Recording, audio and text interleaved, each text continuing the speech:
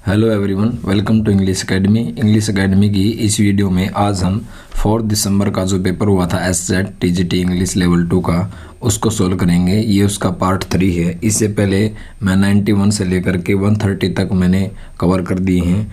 अब है हमारा नेक्स्ट 131। तो उम्मीद करता हूँ सेशन आपको कंटेंट आपको पसंद आएगा, तो प्लीज़ चैनल को सब्सक्राइब ज़रूर कीजिएगा। So let's start the video.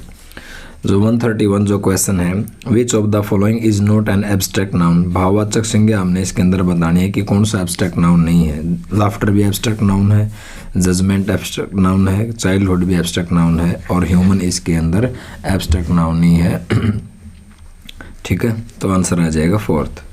132 देख लेते हैं। Choose the correct meaning of the underline word. A gregarious person. Gregarious person कौन होता है? जो बहुत ही ज़्यादा सोशेबल होता है, जो एक्सट्रोवर्ट होता है, यानी कि लोगों से मिलना जुलना पसंद करता है, यानी सोशेबल। तो इसका आ जाएगा वेरी सोशेबल। 133 का देख लेते हैं। Who received the Nobel prize for literature in 2019। 2019 के अंदर जो लिटरेचर साहित्य का नोबेल जो पुरस्कार वो किसको मिला था? पीटर हैंडके को मिला था, पीटर हैंडके। 134 का देख लेते हैं। How many novels did Emily Bronte right. तो जो एमिली ब्रोंटे ने जो है कितने उपन्यास लिखे थे? तो उन्होंने एक ही जो है नॉवेल्स लिखी थी। 135 क्वेश्चन है। Which of the following sentence is grammatically correct. कौन सा इनके अंदर सही है? Mukesh was among the top 5% of the student in his class. ठीक है, सब्जेक्ट है, पहली फॉर्म के साथ है जो है वाज है और उसके बाद है अमोंग द टॉप 5। वाज ये मेन वर्ब है। ठीक है, top 5% of the students in the class, ये बिल्कुल सही है। बी है there are a few naughty children among the students in our class. हमारे क्लास में कुछ जो हैं नोटी चिल्ड्रन भी हैं, ये भी बिल्कुल सही है। The mother shared the cake among her son and her daughter. ये देखो, मदर ने जो है शेयर किया केक अमोंग हर सन और डॉटर। दो के बीच है, जब दो के बीच की बात हो अमोंग नहीं बिटवीन आएगा। क्या आएगा? बिटवीन। दो से ज़्यादा के बीच हो ना तो अमोंग आएगा, अगर दो के बीच है तो बिटवीन आएगा। तो सी आंसर गलत है। ऑरेंजेस वर शेयर्ड, ऑरेंजेस को were shared among the whole class, यानी कि पूरी क्लास में। पूरे चारों के चारों जो ऑप्शन है इनमें अमोंग और बिटवीन का जो है डिफरेंस दिखाया गया है। तो पूरी की पूरी क्लास के अंदर जो है क्या शेयर किया गया? ऑरेंजेस को बांटा गया।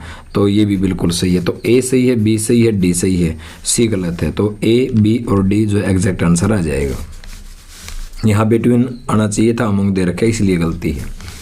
136 का देख लेते हैं। Choose the correct meanings of the underline words.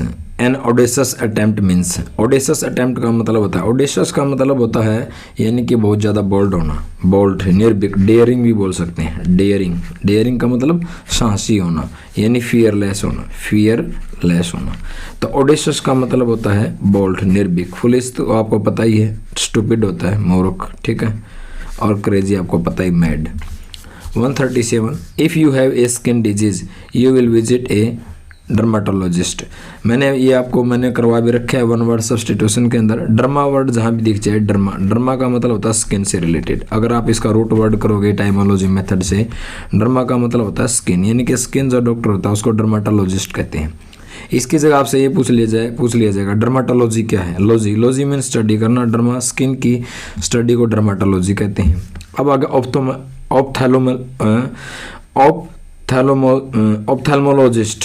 OPTHALMO। ऑप्थेल्मो का मतलब होता है आई, यानी विजन से रिलेटेड। ठीक है, यानी साइट। तो ऑप्थेल्मो का रूट वर्ड होता है आई, और लॉजिस्ट कौन हो गया? यानी कि जो उसकी स्टडी करता है, यानी जो उसका स्पेशलिस्ट है। तो ऑप्थेल्मोलॉजिस्ट, आँख का जो स्पेशलिस्ट डॉक्टर होता है ना, उसको ऑप्थेल्मोलॉजिस्ट कहते हैं। आपसे पूछ लेंगे ऑप्थेल्मोलॉजी, तो आँख की स्टडी जो है ऑप्थेल्मोलॉजी कहलाती है। तो ऑप्थेल्मो मीन आई, लॉजिस्ट होता है जिनके जो डॉक्टर हैं। तो ऑप्थेल्मोलॉजिस्ट हो गया आँख का स्पेशलिस्ट डॉक्टर। इंटर्निस्ट, ठीक है, इंटर्निस्ट होता है जो इन वर्ड से समझ जाओ। ठीक है, इंटर्निस्ट जो शरीर की जो अंदरूनी जो बीमारियां हैं उनको जो डील करता है उसको इंटर्निस्ट कहा जाता है। ऑब्स्टेट्रिशियन, ऑब्स्टेट्रिशियन क्या होता है, जैसे मिडवाइफ होती है ना, मिडवाइफ, दाई, मिडवाइफ जो एक चाइल्ड बर्थ के अंदर जो है हेल्प करती है, मिडवाइफ, मिडवाइफ का जो है इसको ऑब्स्टेट्रिशियन कहा जाता है, मिडवाइफ को ही क्या कहा जाता है, ऑब्स्टेट्रिशियन। OBST, इसकी स्पेलिंग भी पूछ लेते हैं कई बार, OBSTETRICN का मतलब होता है एक्सपर्ट, जहाँ भी आपको CN दिख जाए ना, CIN, इट मीन्स एक्सपर्ट, ठीक है। तो जो डिलीवरी में जो डिलीवरी करता है उसको मिडवाइफ यानी ऑब्स्टेट्रिशियन कहा जाता है। तो उम्मीद करता हूँ ये आपको पसंद आया होगा, तो प्लीज़ चैनल को सब्सक्राइब जरूर करना। 138 देख लेते हैं। Which of the following are in the passive voice, passive voice के अंदर following are in the passive voice, passive voice के अंदर कौन सा है, राइटिंग वर्कर्स वर आइडेंटिफाइड, देखो इज MR प्लस वर्ब की थर्ड फॉर्म है, अगर ये एक्टिव वॉइस में होता है तो इसके साथ ING मिलता है, इसका मतलब क्या है, पैसिव फॉर्म के अंदर है। The living room is swept, is plus verb की थर्ड फॉर्म है, प्लस वर्ब की थर्ड फॉर्म यानी पैसिव वॉइस में है, ठीक है। The class photograph will be taken, will be के साथ ING फॉर्म आते हैं लेकिन थर्ड फॉर्म है, तो क्या है, थर्ड फॉर्म है तो पैसिव वॉइस है। The cake was investigated, was plus यानी B प्लस वर्ब की थर्ड फॉर्म, पैसिव फॉर्म का जो रूप होता है वो होता है B प्लस वर्ब की थर्ड फॉर्म। तो जो B की पता है आपको, B की जो पहली फॉर्म है B इज MR, ये B की पहली फॉर्म है, ठीक है, B इज MR पहली फॉर्म है, वाज और वर्ब B की सेकंड फॉर्म है, और बीन वर्ब की जो है थर्ड फॉर्म है, और बीइंग इसकी V4 यानी कि ING फॉर्म है। तो जो पैसिव का जो फॉर्म होता है वो होता है B प्लस वर्ब की third form, B plus verb की थर्ड फॉर्म। तो आप देख सकते हो ये सेकंड फॉर्म है B की, थर्ड फॉर्म आ गई, ठीक है। यहाँ पर विल B दे रखा है, B दे रखा है, तो यहाँ पर थर्ड फॉर्म आ गई। तो सबके अंदर B प्लस वर्ब की थर्ड फॉर्म है, तो इसका मतलब क्या है, चारों के चारों वाक्य जो हैं पैसिव फॉर्म में, तो आंसर आ जाए A, B, C and D। तो फोर्थ जो ऑप्शन है इसका आंसर आ जाएगा। 139 क्वेश्चन देखते हैं। Fill in the blanks with the suitable determiners, determiner क्या होते हैं, डिटर्मिनर जो है, डिटर्मिनर का मतलब होता है निर्धारित करना, निर्धारित करना यानी टू डिफाइन, यानी कि जो एक नाउन के जो मीनिंग को हो ना ये निर्धारित करता है, डिफाइन करता है। तो जो आर्टिकल है ना वो डिटर्मिनर का हिस्सा होता है, आर्टिकल जो है वो डिटर्मिनर का ही हिस्सा है। तो ये बेसिक ग्रामर में हम शुरू करेंगे, 1-2 दिन के अंदर मैं शुरू करूँगा बेसिक ग्रामर, बिल्कुल नाउन, प्रोनाउंस, वर्ड, सेंटेंस, जैसे पहले अल्फ़ाबेट से शुरू करेंगे, कितने टाइप की हैं, ठीक है, उसके बाद वर्ड, वर्ड के बाद सेंटेंस, फिर फ्रेज, फिर सेंटेंस के पार्ट, सब्जेक्ट है, प्रेडिकेट है, फिर सेंटेंस के टाइप, प्रॉपर, ठीक है, ये सारे के सारे हम शुरू करेंगे। तो अभी तो ये कर लेते हैं।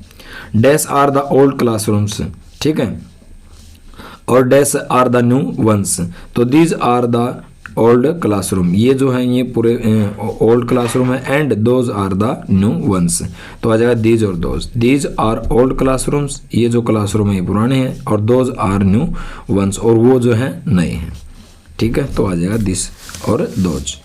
140 देख लेते हैं। Identify the part of speech of the underline word in the given idioms. They while away their evenings with books and games, तो बहुत सारे तो ये सोचेंगे कि वाहल फटाफट देखा और प्रपोजिशन लगा दिया, क्योंकि जो वाहल कंजंक्शन भी है और प्रपोजिशन भी है, तो आपका आंसर यहाँ पर गलत होने का चांस था। अगर थोड़ा सा वाक्य को ध्यान से देखें तो समझ में आ जाएगा। जो वाहल अवे है, वाहल अवे का मतलब होता है यानी कि एक फ्रेजल वर्ब है। वाहल अवे इसने दिया है कि जो वाहल है इसका पार्ट ऑफ स्पीच, क्या ये वर्ब है, क्या एडजेक्टिव है, क्या प्रपोजिशन है, क्या एडवर्ब है, ठीक है। एडजेक्टिव और एडवर्ब तो है ही नहीं, तो प्रपोजिशन है, लेकिन वाहल अवे, अवे साथ में है, इसका मतलब ये फ्रेजल वर्ब है। क्या है ये, फ्रेजल वर्ब है। और फ्रेजल वाहल अवे का मतलब होता है to spend time doing something pleasant and easy. To spend, मैं लिख देता हूँ, to spend time doing something pleasant and easy, यानी आप अपना समय बिता रहे हो उसको थोड़ा सा प्लेजेंट करने के लिए, ठीक है, किसी चीज़ के साथ। तो आप वाक्य को देखो, दे वाहल अवे देयर इवनिंग, उन्होंने अपनी जो इवनिंग थी ना उसको व्यतीत किया, यानी कि विद बुक्स एंड गेम्स, किताबें पढ़ करके और कुछ गेम वगैरह खेल करके उन्होंने अपना समय बिताया। तो वह लव प्रपोजिशन कई बच्चों ने कर रखा है, जो कि बिल्कुल गलत है। एक फ्रेजल वर्ब है जिसका मतलब होता है to spend time doing something pleasant and easy. समय बिताना होता है, आपको अपना टाइम निकालना होता है, कुछ किताबें पढ़ लिया, कुछ गेम वगैरह खेल लिया, तो एग्जैक्ट आंसर आ जाएगा वर्ब। 141 देख लेते हैं। The writer Gaurishankar Govardhan Joshi is better known for his pen name. तो इनका पेन नेम बताना है, उपनाम क्या था, तो धूमकेतु इनका पेन नेम था। Which of these writers often deal with experience of Indian immigration in the United state. इनमें से कौन सा जो राइटर है, लेखक है, प्राय क्या है, deal with experience of Indian immigrants in the United state में जो है एक इमिग्रेंट्स को उन्होंने एक्सपीरियंस किया, तो आ जाएगा झुम्पी लहरी। झुम्पा लहरी आंसर आ जाएगा। 143 करते हैं। Which of the following words belong to the feminine gender. ठीक है, विजार्ड होता है जादूगर, मैजिशियन, एम एज मैजिशियन, ठीक है। और पेरेंट आपको पता ही है, ठीक है, ये मेल फीमेल यानी कि इसका वो नहीं है। और डक और ड्रेक होता है नर बत्तख होता है, और डक होता है मादा बत्तख, ठीक है। तो एग्जैक्ट आंसर आ जाएगा सी, डक होता है मादा बत्तख, फीमेल जेंडर है। 144 का देख लेते हैं। आइडेंटिफाई द वर्ब या verb phrase in the following sentence. He was searching, हमने वर्ब बतानी है, तो इसके वाज प्लस यानी वाज और पहली फॉर्म के साथ क्या है, आईएनजी, यानी कि ये भी वर्ब है। फ्यूरियसली, ये तो एल वाई लग गया, इसका मतलब एडजेक्टिव है, एडवर्ब है। एंड द इन एल वाई लग गया, ये भी वर्ब नहीं है। इलूसिव और non existence objects from the time to time. Dug का मतलब खोदना, ठीक है, तो डग भी क्या है यहाँ पर वर्ब है। Penny coins out of the waistcoat's pocket and stared, व घुर कर देखना, ये भी वर्ब है। रिफुली देन रिकमेंस होता है, मतलब कमेंस का मतलब होता है, अगर आप री में हटा दो इसमें से कमेंस होता है स्टार्ट करना कोई चीज़, ठीक है, शुरू करना, बिगिन करना, यानी इसको बोल सकते हैं बिगिन करना, स्टार्ट करना, इनिशिएट करना, TIAT इनिशिएट करना, यानी INICATIATE इनिशिएट करना, शुरुआत करना। तो रिकमेंस दोबारा शुरू करना, ठीक है, तो ये भी क्या है वर्ब है। तो इसके अंदर सर्चिंग वर्ब है, डग वर्ब है, स्टेयर घुर कर देखना, और री जो है कमेंस चाहिए, चारों के चारों क्या है वर्ब है। तो एग्जैक्ट आंसर आ जाएगा ए। एल वाई गया, इसी वर्ब नहीं है, एल ये भी वर्ब नहीं है, ठीक है। एलिजिव नॉन एक्सटेंस सर्चिंग रिकमेंडेड, तो इसके अंदर एग्जैक्ट आंसर ए आ जाएगा। 145 देखते हैं। In which of the following sentence ING word is used as an adjective. ING का प्रयोग एडजेक्टिव के रूप में किया गया। The long speech was boring, helping verb के साथ ING इसका मतलब वर्ब के रूप में यूज किया गया है, तो ये तो बिल्कुल भी नहीं है, ठीक है। She was standing on the platform whistling, यानी कि प्लेटफॉर्म पर जन चबूतरा था, प्लेटफॉर्म पर खड़े होकर के वो क्या कर रही थी, विसल कर रही थी, सीटी बजा रही थी। ये भी यानी सब्जेक्ट है, वाज ये यानी पास्ट कंटिन्यूस टेंस के अंदर है, ये भी है, एडजेक्टिव के रूप में नहीं है। She showed us some exciting photograph, photograph कैसे थे, एक्साइटिंग थे, बहुत ज़्यादा रोचक थे। तो यहाँ पर जो एक्साइटिंग है ये जो है एक एडजेक्टिव के रूप में यूज़ किया गया है, एडजेक्टिव के रूप में यूज़। अगला और देख ले, द मैजिशियन वाज एंटरटेनिंग, ये भी पास्ट कंटिन्यूस टेंस के हैं। मैजिशियन सब्जेक्ट है, ये हेल्पिंग वर्ब है, और ये वर्ब की पहली फॉर्म के साथ ING है, और ऑडियंस क्या है, ये ऑब्जेक्ट है। ऑडियंस, अगर आपने ऑब्जेक्ट का पता करना है तो आप वर्ब के साथ जो है वट और हुम लगाओ, जो भी वट और हुम का आंसर होगा वो ऑब्जेक्ट होगा। जैसे मैं आंसर करता हूँ, the magician was entertaining what, the magician was entertaining what, तो किसका एंटरटेन करवा रहा था, तो किसका आंसर मिला, व्हाट का आंसर मिला, ऑडियंस। तो ये क्या जाए ऑब्जेक्ट, सब्जेक्ट है, वर्ब की पहली फॉर्म के साथ ING, हेल्पिंग वर्ब वाज है। तो यहाँ पर भी जो है ये हेल्पिंग वर्ब के रूप में यूज हुए हैं, और यहाँ पर जो ING है वो यूज्ड एज एन एडजेक्टिव। तो सही आंसर आ जाएगा थर्ड। 146 देखते हैं। ए मिजोगाइनिस्ट, गाइन मैंने बताया था, गाइन मीन वुमन, गाइन का मतलब होता है रूट वर्ड वुमेन। मिस होता है एक नेगेटिव वर्ड, जैसे मैं कहूँ कि भी दोस्त है, दोस्त के बीच में क्या हो गई, मिसअंडरस्टैंडिंग हो गई। अंडरस्टैंड होगा समझना, मिस नेगेटिव सेंस दिखाता है। तो गाइन मीन वोमेन, तो यहीं से आप समझ जाना कि जो वोमेन से क्या करता है, हेट करता है, तो हेट वुमेन्स, जो महिलाओं से नफरत करता है वो मिजोगाइनिस्ट होता है, ठीक है। इसी से मिलता जुलता एक वर्ड है, जैसे मैं कहूँ मिजोगैमी, मिजो MISOGAMY, ठीक है। मिस एक नेगेटिव वर्ड है, गैमी GAMY, गैमी का मतलब होता है मैरिज, यानी कि ऐसा व्यक्ति जो शादी विवाह से जो है क्या करे, नफरत करे, उसे मिजोगैमिस्ट कहेंगे, ठीक है। क्या बोलेंगे उसको, मिजोगैमिस्ट। तो इससे मिलता जुलता वर्ड ये था गैमी, गैमी का मतलब होता है मैरिज, रूट वर्ड से।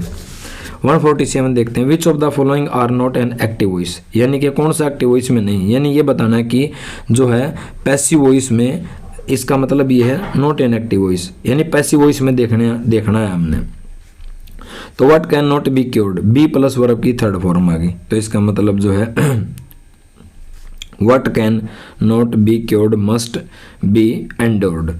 तो पैसिव वॉइस में देखना है हमने, तो ये जो है बी प्लस वर्ब की थर्ड फॉर्म, इसका मतलब क्या है, ये पैसिव फॉर्म में है। We hope that we shall finish, देखो वी होप दैट, हमें उम्मीद है कि, देखो एक तो जो है क्लास ये है और दैट कंजंक्शन लगा, एक क्लास ये है, ये इसका सब्जेक्ट है, ठीक है। ये हेल्पिंग वर्ब है शैल, और ये क्या है, वर्ब की पहली फॉर्म है, यानी ये है फ्यूचर इंडेफिनिट टेंस। तो यहाँ पर भी जो है पैसिव फॉर्म नहीं है, यानी कि ये एक्टिव वॉइस में है। This arrangement is to be done, देखो मैंने बताया था इज, ठीक है, और बी प्लस वर्ब की third form, be plus verb की थर्ड फॉर्म, यानी कि ये भी पैसिव वॉइस में है। तो पहला पैसिव वॉइस में, दूसरा और सी भी पैसिव वॉइस में है। डी देखते हैं अब, वी वेंट टू सी, हम वेंट मीन सेकंड फॉर्म है, to see launching of the ship, यानी ये भी पैसिव फॉर्म में नहीं है। हम गए, मेन वर्ब ये है, ठीक है। वी सब्जेक्ट है, वेंट क्या है, वर्ब की सेकंड फॉर्म है, टू सी इन्फिनेटिव है, टू सी क्या है, इन्फिनेटिव है। और यहाँ पर भी देखो, अगर एक सेंटेंस के अंदर बहुत सी वर्ब हैं तो मेन वर्ब का तो काम एक ही करेगी। यहाँ पर जैसे वेंट है, ये मेन वर्ब का काम कर रही है। टू सी भी तो वर्ब है और लॉन्चिंग भी तो वर्ब है, लेकिन to see as an infinitive का काम कर रहा है, और लॉन्चिंग जो है जेरेंड का काम कर रहा है, और जेरेंड के जो काम करता है वो नाउन का काम कर रहा है। तो यहाँ पर जो जेरेंड दिया गया है पहली फॉर्म के साथ ING, ये नाउन का काम कर रहा है, टू सी इन्फिनेटिव का काम कर रहा है, और मेन वर्ब ये है, ये भी पैसिव फॉर्म में नहीं है। तो दो ही वाक्य हैं पैसिव फॉर्म के अंदर, ए और सी, तो आंसर आ जाएगा ए और C. Which of the following is not written by Chetan Bhagat, Chetan Bhagat के द्वारा कौन सा नहीं लिखा गया है उपन्यास, जो है ये द इमोर्टल्स ऑफ मेलवास, जो है इमोर्टल ऑफ मेलवास, ये जो है चेतन भगत के द्वारा नहीं लिखा गया है। 149 देख लेते हैं, arrange the adjectives given below in their proper order, यानी एडजेक्टिव को हमने एक प्रॉपर ऑर्डर के अंदर अरेंज करना है। To fill the blanks in the given sentence, Hamid bought dash, फिर दे दिया डैश, फिर दे दिया डैश जैकेट एट द, फिर दे दिया डैश, फिर बाजार। तो ये जो 149 जो क्वेश्चन है, इसके अंदर जब मल्टीपल बहुत से एडजेक्टिव दे रखे हैं तो उनको अरेंज करने का एक तरीका होता है।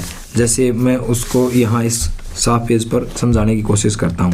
तो मल्टीपल जब आपको है ना एडजेक्टिव दे रखे हैं, तो उनको अगर आपने एडजस्ट करना है, अरेंज करना है, तो एक फॉर्मूला होता है। जैसे सबसे पहले ओपिनियन को देखो, ठीक है। ओपिनियन के बाद साइज को देखो, साइज के बाद फिर शेप देखो, ठीक है। तो ओपिनियन है, साइज है, शेप है, उसके बाद एज, उसके बाद फिर कलर, उसके बाद फिर जो है कलर के बाद उसकी ओरिजिनेशन, उसके बाद फिर मटेरियल देखो, ठीक है। मटेरियल के बाद फिर पर्पस देखो।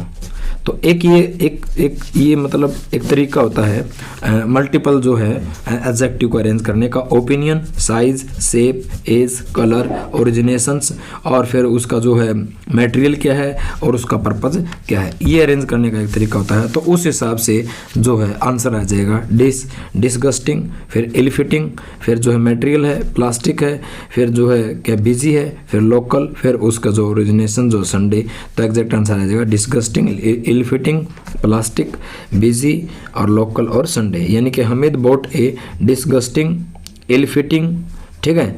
एक क्या खरीदी, एक बहुत ही मतलब बेकार, एक इल फिट जो फिट नहीं थी जैकेट, वो खरीदी at the plastic busy local Sunday, ठीक है। यहाँ से उसने, तो एग्जैक्ट आंसर आ जाएगा ए। तो लास्ट देखते हैं ये। उम्मीद करता हूँ सेशन आपको, कंटेंट आपको पसंद आया होगा। तो आप कमेंट बॉक्स के अंदर ज़रूर बताना, और चैनल को प्लीज़ सब्सक्राइब ज़रूर करना। इससे मुझे एक मोटिवेशन मिलता है ताकि मैं आगे वीडियो बनाता रहूँ।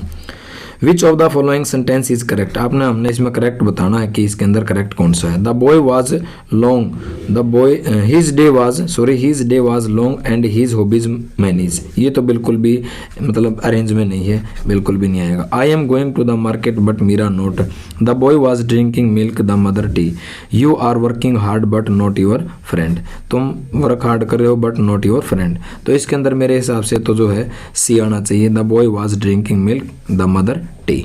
ठीक है, तो आंसर आ जाएगा 3। तो उम्मीद करता हूँ सेशन पसंद आया होगा, तो प्लीज़ चैनल को सब्सक्राइब जरूर कीजिएगा। Thank you, have a nice day, best of luck, मिलते हैं नेक्स्ट वीडियो के अंदर।